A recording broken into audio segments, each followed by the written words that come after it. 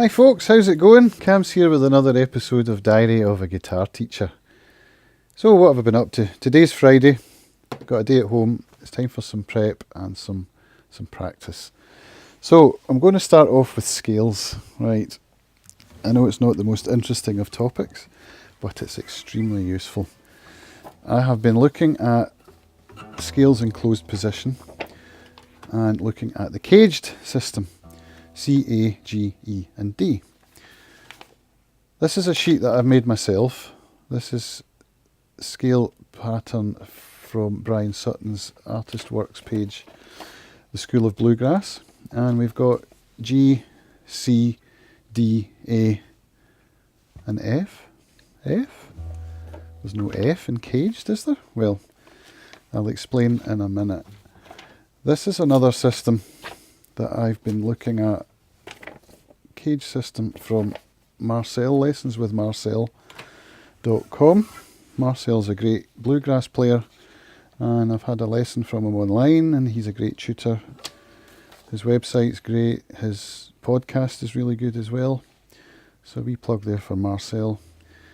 This is kind of the system that he has, and this is C, A, G, E and D. So in this case it does spell caged. And if you see the red, the notes marked in red, those are the cowboy shape chords for C, A, G, E and D. So, why are these different? Why is there an F in Bryan Sutton's? Well, when I was looking at these last night, I saw that they weren't the same and I was a little bit confused. So, I spent some time trying to figure it out and I got there, I'm pleased to say. So let me just fire up my screen sharing and I'll show you. I've made this text document which looks at C, A, G, E and D. Right, let's take a look at that F because that's going to be a bit confusing, right, as there's no F in caged. See the double bars there? Everything to the left of the double bar is this system here, the cage system that I found on my hard drive. So you'll see that Bryan's F shape, which goes to the right of the double bars, is the same shape as the E shape, but just in a different position. So this root note here, the root note is marked as a red 1. There's one there, there's one there. Those are in both scale patterns, as is the second degree.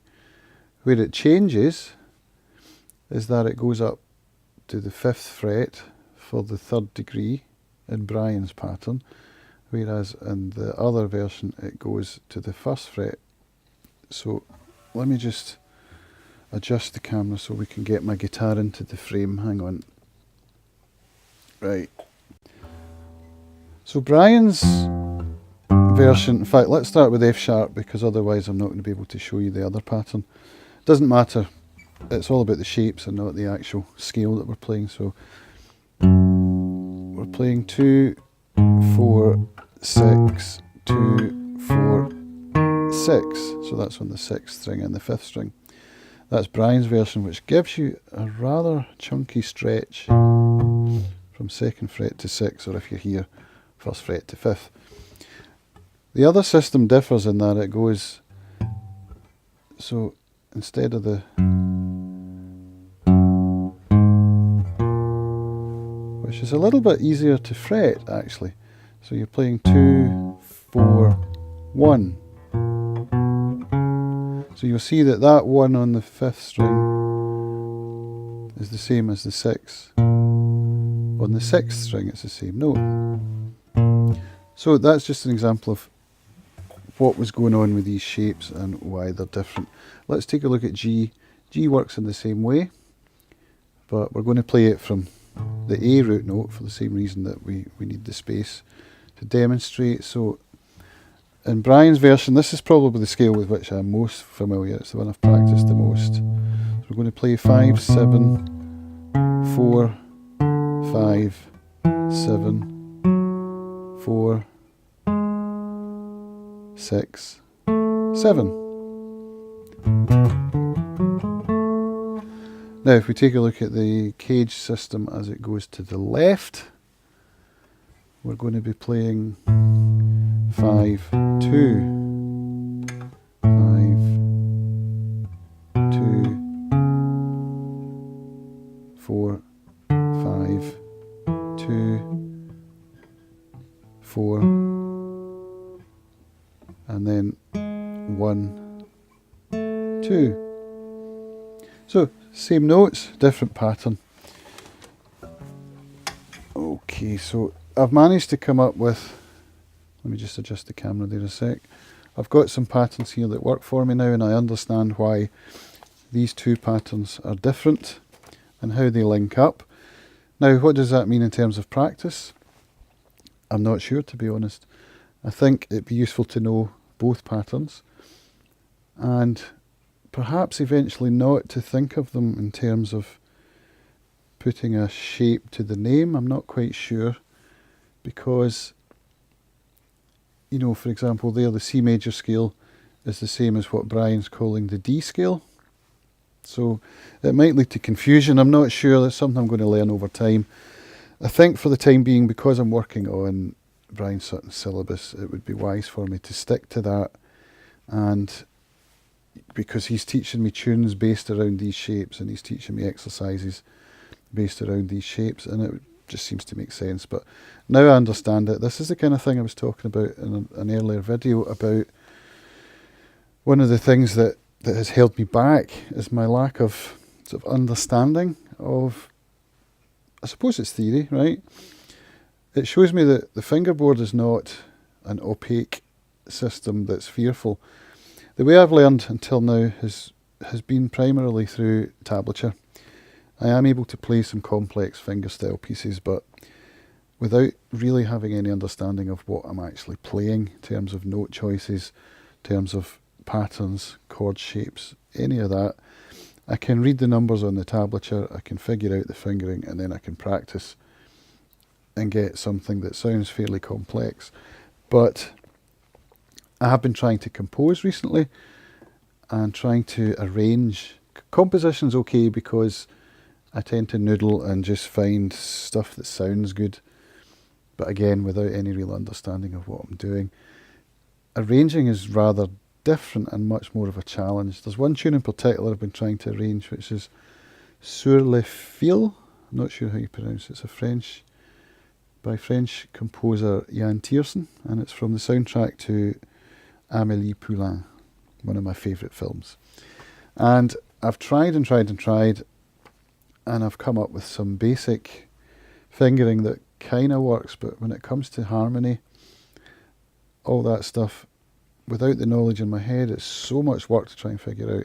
If I had the knowledge in my head, it would make much more sense and I would be much quicker at it. So again, that's another thing that will come with practice, but this explains why having at least a basic theory background and knowledge is going to help you in your playing, whatever it is you're playing.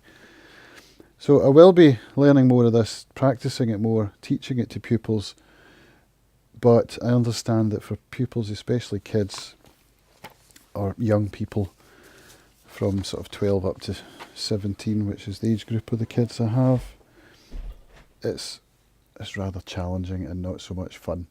So I'll be working on rock school syllabus to teach them techniques that will be useful across the board. I'll be teaching them songs that they've asked to learn or songs that they're already working on to keep the fun element there, and also a wee bit of theory flung in. So that's where I am now. What else have I been doing? Marketing. It's not fun, but it's necessary. I think as a creative person, I'm like a lot of others who want to just do the thing that they love, whether that be photography or music or whatever else.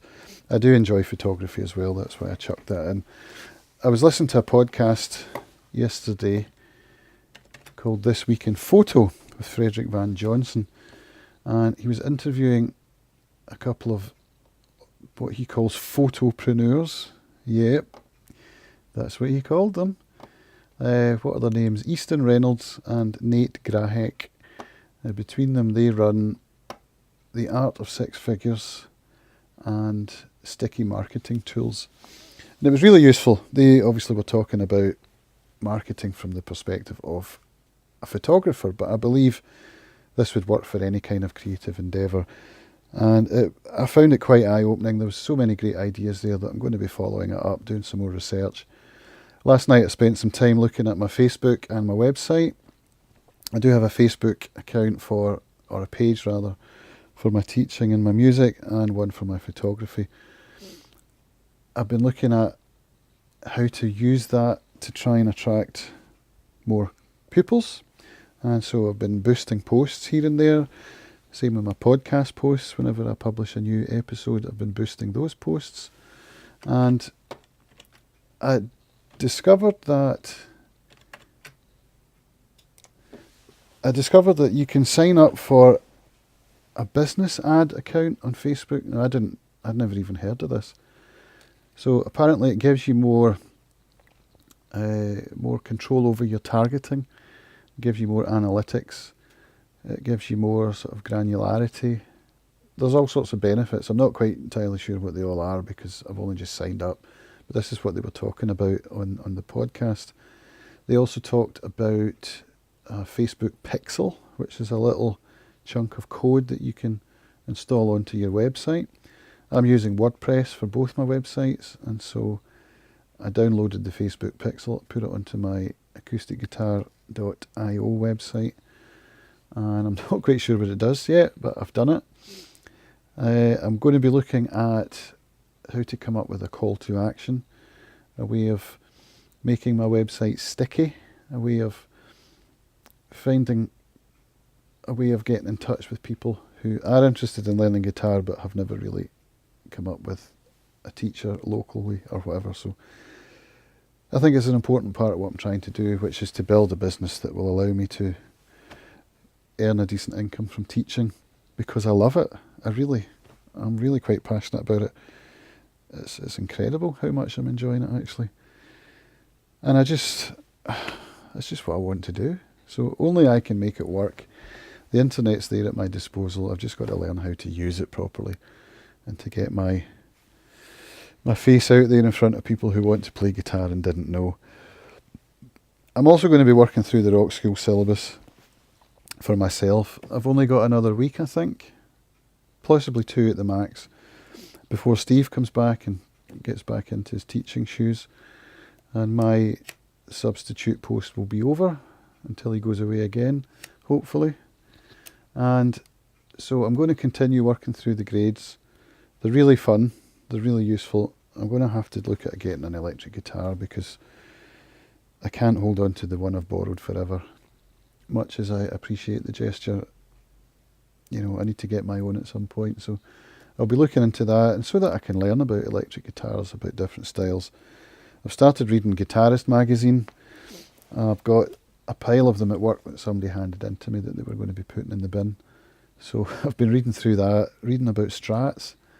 It's quite interesting, actually. I didn't realise there were so many. They all looked the same to me up until I started looking at the magazine. So that's really the diary of a guitar teacher for Friday. Hope this has been interesting for you. Come along and join me on the journey if you've enjoyed this. If you've got any tips, or if you want lessons, even get in touch. That would be awesome. Follow my podcast. This will be published on any of your podcast clients, so you'll get it on iTunes, etc. YouTube, DTube, and Stitcher, all those usual podcast places. On my website, acousticguitar.io. If you want to come along and watch my website as it progresses, how I figure out calls to action. If you want to sign up, I'll probably create a newsletter at some point so that I can get in touch with people that way. Follow me along. It should be fun. I'll see you in the next video. Thanks for watching. Bye.